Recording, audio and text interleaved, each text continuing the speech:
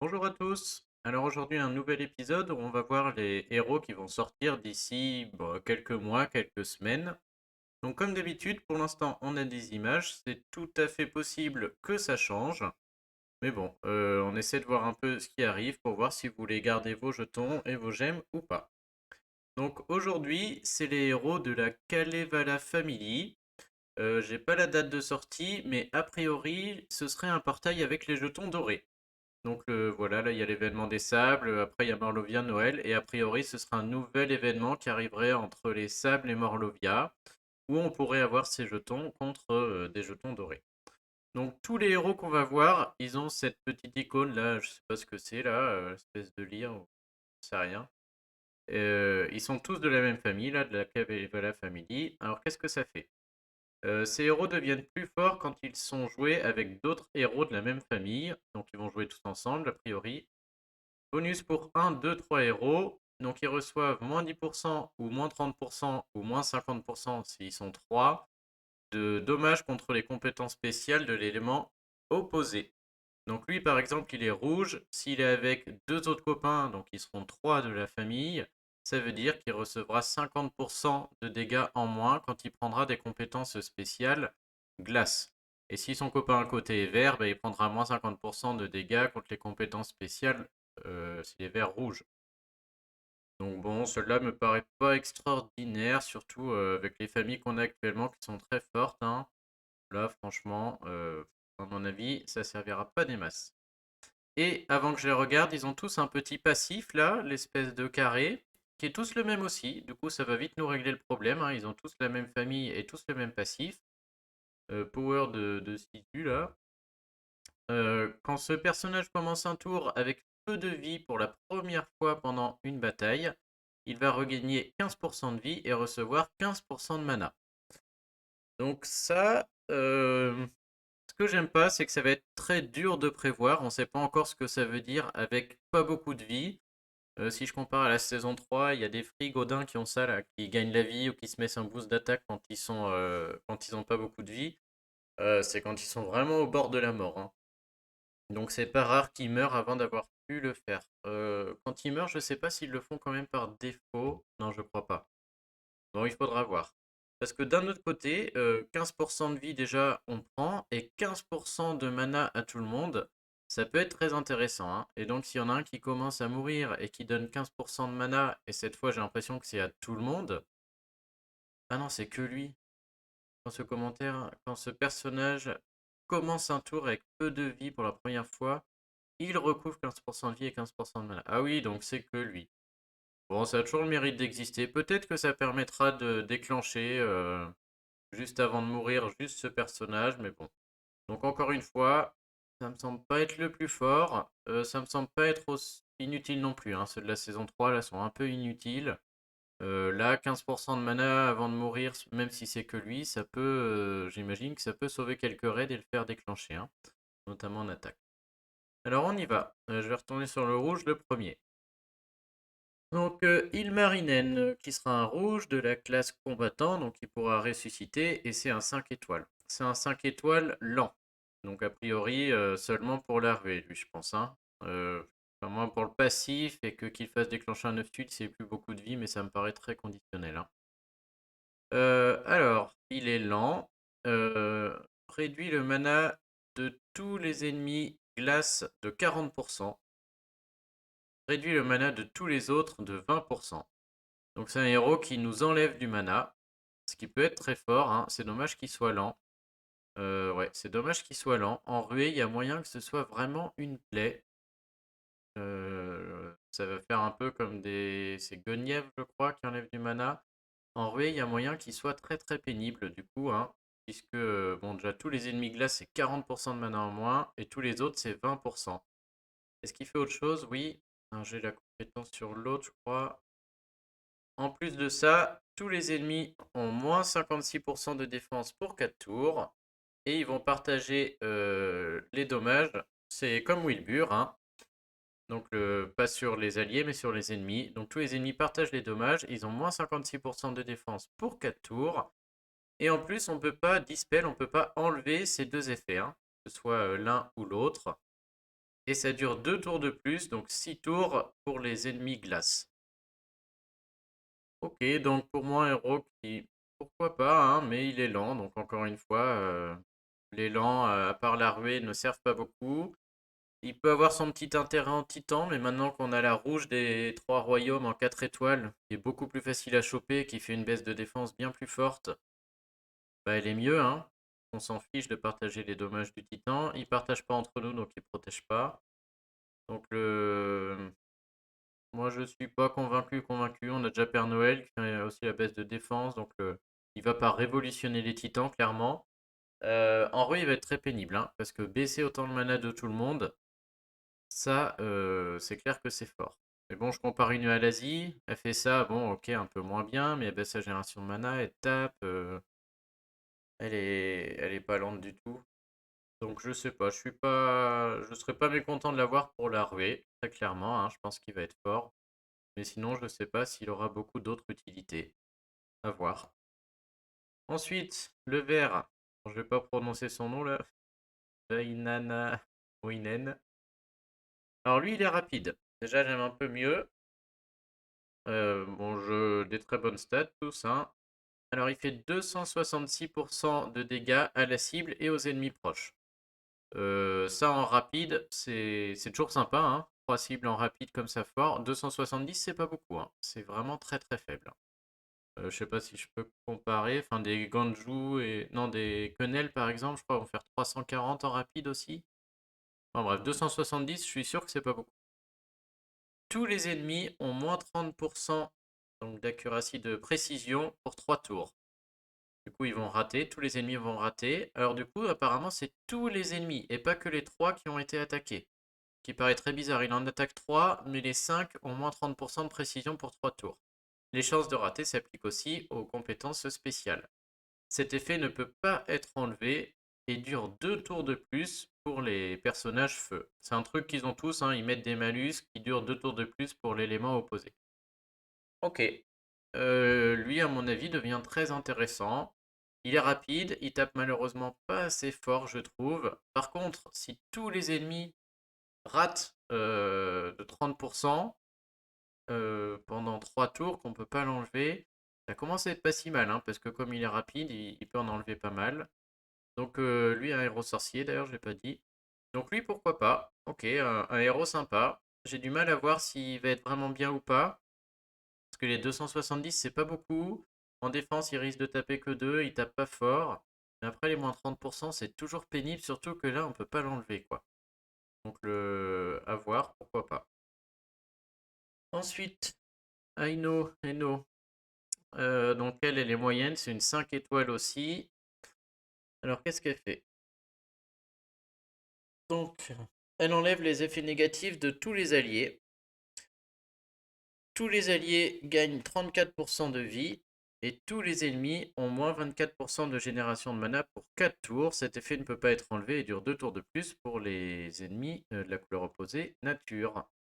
Ok, donc on a un soigneur moyen en bleu qui en plus baisse la génération de mana. Donc ça peut être sympa, hein. Je pense notamment en attaque, si on est capable de la faire déclencher en 9 tuiles, elle, ça va être très sympa. J'ai l'impression que le soin est pas fou, 34%. Je n'ai pas assez de soigneurs pour comparer là en tête. Mais voilà, soigner d'un côté, enlever les effets négatifs et baisser la génération de mana en face, ouais, ça me semble quand même très très sympa, hein. Donc encore une fois, c'est un héros sympa, mais qui combine un peu ce qui existe déjà. Ok, j'ai rien de nouveau ici, quoi, hein. C'est comme le vert, il mélange deux trois héros, mais on n'a rien de très nouveau ici encore, hein. Ça, à force de sortir des héros, il tourne un peu en rond, mais bon. Voilà, il mélange un peu des capacités spéciales de l'un et de l'autre. Alors, oh là là, et qui sont moches, hein. Je l'avais pas dit, mais attention aux yeux, ils sont tous laids. IQ Turso, il est où? Donc un 5 étoiles vert cette fois. On va faire toutes les coups. Un autre 5 étoiles vert d'ailleurs, ça fait le deuxième. Alors il est rapide, il fait 285% de dégâts à la cible et des dégâts mineurs aux ennemis. Alors ça c'est nul, hein. Autant tout à l'heure 260 ou 40 à tout le monde, bon, ok. 285 juste à la cible et mineur, c'est vraiment ridicule, hein. Donc ça c'est vraiment pas beaucoup. La cible et les ennemis proches reçoivent 195% de dégâts d'eau pendant 3 tours. Cet effet ne peut pas être enlevé et dure 2 tours contre les ennemis feu. Encore une fois, c'est dur à dire sans l'essayer, hein. Ça reste un rapide, mais pour moi, il tape quand même pas très fort. Et après, il faut attendre plusieurs tours pour que les dégâts d'eau fassent leur effet. C'est dur d'estimer, parce que les dégâts d'eau à 195, je me rends pas compte, ça change sur la stat d'attaque. Donc, faudra voir à l'utilisation, mais encore une fois, c'est pas. On a encore un vert qui tape 3 cibles. On a un peu de dégâts d'eau, mais bon, ouais, je suis pas encore très enthousiaste, hein. Pour un 5 étoiles, à voir. Après, c'est les jetons dorés, donc forcément, ils sont un peu moins alléchants que sur les autres portails, hein. On a un 4 étoiles dans ce portail, Eminkainen, mais qui est moyen. Les 4 étoiles moyens, j'aime pas beaucoup, hein, parce que ils servent en GDA ou en event parfois, mais sur les tournois 4 étoiles, pas trop, parce qu'on n'a pas les troupes mana et ils sont forcément en 10. Donc il est barbare. Alors lui, qu'est-ce qu'il fait? Il fait 295% de dégâts à la cible et des dégâts mineurs aux ennemis proches. La cible et les ennemis proches ont moins 50% de soins pendant 4 tours. Donc les soins qu'ils reçoivent sont réduits de 50%. On ne peut pas enlever cet effet et ça dure 2 tours de plus contre les ennemis de la glace. Lui pareil, ne m'enthousiaste pas, hein. Des rouges qui tapent 3, on en a déjà des flopés, hein. Les Gormecs, les Faucons, les Silianes, tout ce que vous voulez.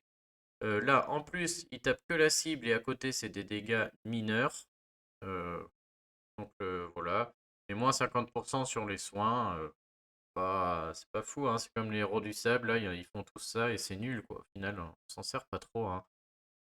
Donc lui, vraiment, ne m'enthousiasme mais alors pas du tout. Souvent, je regarde, moi, ces vidéos, je les fais pour moi parce qu'au niveau des 4 étoiles, hein, je regarde bien, j'essaie de garder mes jetons pour les 4 étoiles, espérer les choper. Là, c'est pas pour lui que je vais garder, hein, clairement. Une autre 4 étoiles, donc deuxième chance. Alors, Mieliki. Donc, vitesse de mana moyenne, une druide, donc qui fait des minions, et vitesse de mana moyenne, donc même remarque. Je suis jamais très fan des verts là qui sont des 4 étoiles qui sont moyens. Je regarde quand même, on sait jamais, hein. Alors, elle va faire des sbires. Elle invoque un sbire forest là pour tous les alliés avec 15% de vie et 10% d'attaque héritée du lanceur. Le sbire va donner plus 20% de génération de mana. Coupé. Plus 20% de génération de mana au lanceur. Non, au possesseur du sbire, pardon. Tant que le sbire est en vie. C'est un peu comme Ulda, c'est-à-dire elle fait des sbires, sauf qu'elle fait des sbires ridicules. Tant qu'on a le sbire, on gagne 20% de génération de mana. Tous les ennemis auront aussi moins 24% d'attaque pour 4 tours. Cet effet ne peut pas être enlevé et va durer 2 tours de plus pour la couleur opposée, donc contre le feu. Moi, je suis encore une fois pas fan. C'est vrai que j'aime bien, hein, comment dire, les 4 étoiles qui donnent des sbires, on n'en a pas beaucoup. Mais là, je crois pas, hein. 15%, il m'a l'air quand même. Enfin, je me rends pas compte si c'est. Faudrait que je vois les sbires de Buddy. Bon, elle en fait à tout le monde. Bon, je sais pas, mais elle fait les sbires. Après, il y a la génération de mana qui est sympa. Donc, en attaque, je suis pas sûr qu'elle serve beaucoup. En défense, peut-être ça peut être très pénible, hein. Je m'en rends pas encore compte. Peut-être qu'en défense, si elle est en face, sur des tournois notamment, c'est interdit là, rouge interdit là où on peut pas sortir un Gormec. Ouais, peut-être que ça peut être pénible si on n'a pas d'anti-sbire, parce que les gobeleurs et carreaux, et où là du coup elle va faire des sbires, on va avoir du mal à les tuer. Derrière, ils vont avoir la génération de mana et quand c'est en défense, ils chargent quand même très vite.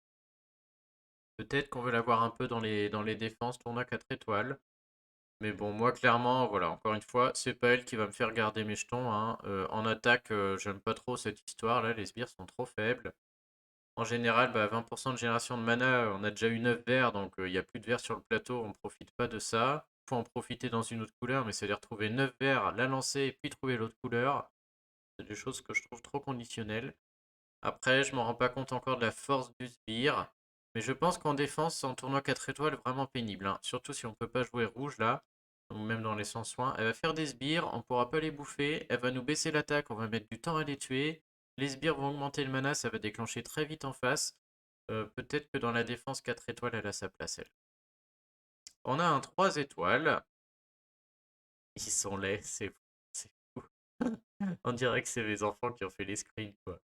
Oh là là, Luca Hayden. Il est moyen, donc pareil, des 3 étoiles moyens, moi je m'en sers jamais, hein. À part en event où on peut les charger, je vois pas où ils rentrent. Alors, il enlève les bonus de tous les ennemis. Il fait 165% de dégâts à tous les ennemis. Et tous les ennemis sont immunisés contre les nouveaux effets positifs. Et cet effet ne peut pas être enlevé et dure 2 tours de plus pour les natures. Ok, bah c'est dommage que j'aime pas trop les moyens parce que ça fait quand même pas mal de choses sympas, hein. Il enlève les bonus, il empêche les ennemis de s'en remettre pendant un petit moment. Donc forcément sur les tournois booster de bonus, on va penser à lui, hein. 165% à tout le monde, je me rends pas compte si c'est beaucoup ou pas. Faudrait que je regarde, j'ai l'impression que c'est pas non plus énorme, mais il est moyen quand même, hein. Il est pas lent, hein. Donc ouais, je sais pas. Et 4 tours sans effet positif, c'est quand même très long. 2 tours de plus contre la nature, ça peut être long. Et voilà, maintenant, moi je joue pas les moyens, hein. Perso, sur les tournois 3 étoiles, 10 tuiles, je trouve ça trop long. Donc à voir, peut-être en défense. Je sais pas, bon, il a le mérite d'exister. Ouais, le plus moche ici, c'est le bonhomme. C'est quand même pas sa CS, hein. Peut-être, à voir, pourquoi pas. Mais je suis pas. Voilà, sur les moyens là, 3 étoiles, je suis jamais très enthousiaste. Donc, encore une fois, c'est pas lui qui va me faire garder mes jetons dorés. Kullervo, donc 5 étoiles jaunes. Encore une fois, gros screen. La classe voyou, donc ça c'est toujours bien. On dirait Raon, pour ceux qui ont la référence. C'est un Raon moche, tout faible. Oh là là. Ah, ils sont vraiment laids. Bon, lui, il est moyen. En 5 étoiles, c'est beaucoup moins gênant, hein, parce qu'on pourra toujours faire déclencher en 9. Il fait 300% de dégâts à un ennemi et 470% de dégâts à un autre ennemi aléatoire. Donc on va choisir la première cible, mais pas la deuxième. Les ennemis attaqués... Ah, ils vont faire comme... ça s'appelle comment? Les ennemis attaqués vont lancer automatiquement l'attaque irréfléchie sur un allié aléatoire quand le mana est à fond. C'est ce que fait Alfric, pour vous dire. Donc, il va taper deux cibles. La première, vous la choisissez, elle prend 300%. La deuxième, c'est aléatoire, elle prend 470%. Les deux cibles attaquées, elles vont avoir la même chose que quand Alfric vous envoie les cubes. C'est-à-dire que, et c'est pendant 3 tours, donc un tour de plus. Pendant 3 tours, si le mana arrive à fond, au lieu de lancer la compétence spéciale, elles vont se vider de leur mana et elles vont attaquer un des alliés à côté. Donc un espèce de voilà, mini Alfric où vous choisissez un des deux qui va rater et l'autre non. Imagine qu'il peut attaquer... Ah non, il attaque un ennemi différent, il va attaquer deux cibles à chaque fois, quoi. Donc les ennemis attaqués vont lancer automatiquement attaque irréfléchie sur un allié aléatoire quand le mana est à fond pendant 3 tours. Cet effet ne peut pas être enlevé et dure 2 tours de plus contre les ennemis violets. Pas inintéressant, lui, pas inintéressant. Comment dire? Déjà, il peut taper fort. On peut le faire déclencher en 9. Comment dire? Il va avoir tout à fait sa place en ruée dans un 3-1-1 en tant que 1. Parce que si je trouve mes 6 tuiles jaunes, je le lance sur Alfric. Alfric est bloqué pendant une éternité. 5 tours. Pendant 5 tours, si j'attaque Alfric, pendant 5 tours, elle lance attaque et réfléchit sur ses copains. Donc je me demande si c'est pas le meilleur de tous là qu'on vient de voir, parce qu'il est un peu multi-usage, hein. En ruée, on sera ravi de l'avoir contre une Alfric dans un 3-1-1. De manière normale, un moyen qui déclenche en 9, qui attaque une cible à 300 et l'autre à 470, c'est fort. En plus, les deux héros attaqués sont bloqués pendant 3 tours, voire 5 si c'est des ennemis violets, et vont attaquer leurs copains. En plus, il est voyou, donc là je pense qu'on a le meilleur héros du portail, j'ai l'impression, qui a l'air utile dans pas mal de situations. Donc lui, voilà. Mais bon, si je compare au Bard, par exemple, voilà, peut-être le meilleur héros, mais ou à d'autres portails, on voit que c'est pas non plus extraordinaire, hein. Est-ce qu'il y en a un autre? Oui, il y en a deux autres. Il y a Para, 3 étoiles, Voyou aussi, malheureusement moyen. Donc un soigneur 3 étoiles en moyen, 32% de vie à tous les alliés, et tous les ennemis ont moins 24% d'attaque pendant 4 tours. On peut pas enlever cet effet, ça dure 2 tours de plus contre les jaunes. Moi, ça, je trouve que c'est pas intéressant, hein. Le soin en moyen, c'est comme la bonne sœur, on a déjà la bonne sœur. Pourquoi en faire un autre, je ne sais pas. Peut-être en attaque, peut-être un peu pénible quand il est dans la défense, je veux dire, mais bon. Ils font des redondances là qui sont pas utiles, je trouve. Et le dernier, le 5 étoiles violet, c'est vrai qu'on n'en avait pas vu, hein. Il y a 2 verts, un bleu, un rouge, 4 étoiles. Bon, il y a toutes les couleurs, c'est juste les verts du coup qui sont doublons. Donc Louis, 5 étoiles. Il est moyen, donc 105 étoiles, pourquoi pas. Alors, qu'est-ce qu'il fait Dispel buff. Il enlève les bonus de tous les ennemis. Donc si les ennemis se sont mis de la hausse d'attaque, de la génération de mana, etc., il enlève tout ça. Il fait 230% de dégâts à tous les ennemis. Ça en moyen, c'est nul. 230, c'est nul. Gorille, il fait 300%. Même en rapide, je crois que le plus fait 280, un truc comme ça. Donc en moyen, 230 à tout le monde, c'est nul. Vraiment nul. Pauvre Louis là. Et tous les ennemis ont moins 24% de défense pour 4 tours. Cet effet ne peut pas être enlevé et dure 2 tours de plus sur les jaunes. Mis à part le fait que ça dure 4 tours, voire 6 tours, et du coup c'est pas mal, moins 24%, c'est aussi pas fou, hein, surtout pour un moyen. Et encore une fois, rien de neuf ici, hein, donc oui, non, vraiment pas fou, hein. Sympa, hein, je dis pas, mais il faut que ça tape. C'est comme les verts, là j'ai l'impression qu'il va falloir qu'ils augmentent les dégâts, sinon ils vont être tous un peu faiblards, hein. Donc voilà pour le dernier. Donc moi pour l'instant cette Kalevala Family, clairement c'est pas elle qui me ferait garder des jetons dorés.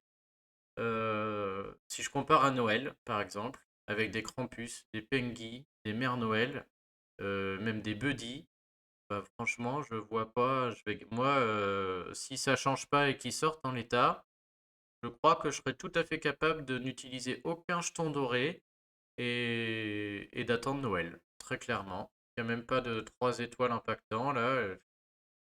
Évidemment, le jaune, je le prendrais bien. Peut-être la verte aussi, une fois dans la défense. Mais bon, après les 5 étoiles, si on a la chance d'en tirer un, là, ils sont pas non plus incroyables, hein. Il y a ce nouveau petit schéma là, ils font à chaque fois un effet négatif qui dure 4 tours, voire 2 tours de plus. Et c'est long, hein. On va pas se mentir, 4 tours, 6 tours, c'est très long, surtout qu'à chaque fois on peut pas l'enlever. Donc ça, j'ai envie de dire que c'est un peu leur grosse force là, tous ces effets négatifs qu'ils mettent qui vont rester jusqu'au bout du combat, ça d'accord. Maintenant, je sais pas l'utilisation, si ça va être si efficace que ça ou pas. Ouais, il faut voir, hein. C'est vrai que tous ces effets qu'on peut pas enlever peuvent être très pénibles, donc on verra. Moi, en tout cas, là, comme ça, à première lecture, pardon, je suis pas très enthousiaste. Voilà, bah écoutez, dites-moi en commentaire ce que vous en pensez, hein. C'est toujours intéressant d'avoir l'analyse comme ça un peu en avance. Et je rate sûrement pas mal de choses, donc n'hésitez pas, je suis preneur de vos retours. Allez, bah, j'espère que la vidéo vous a plu. N'oubliez pas de vous abonner et je vous dis à très bientôt. Salut!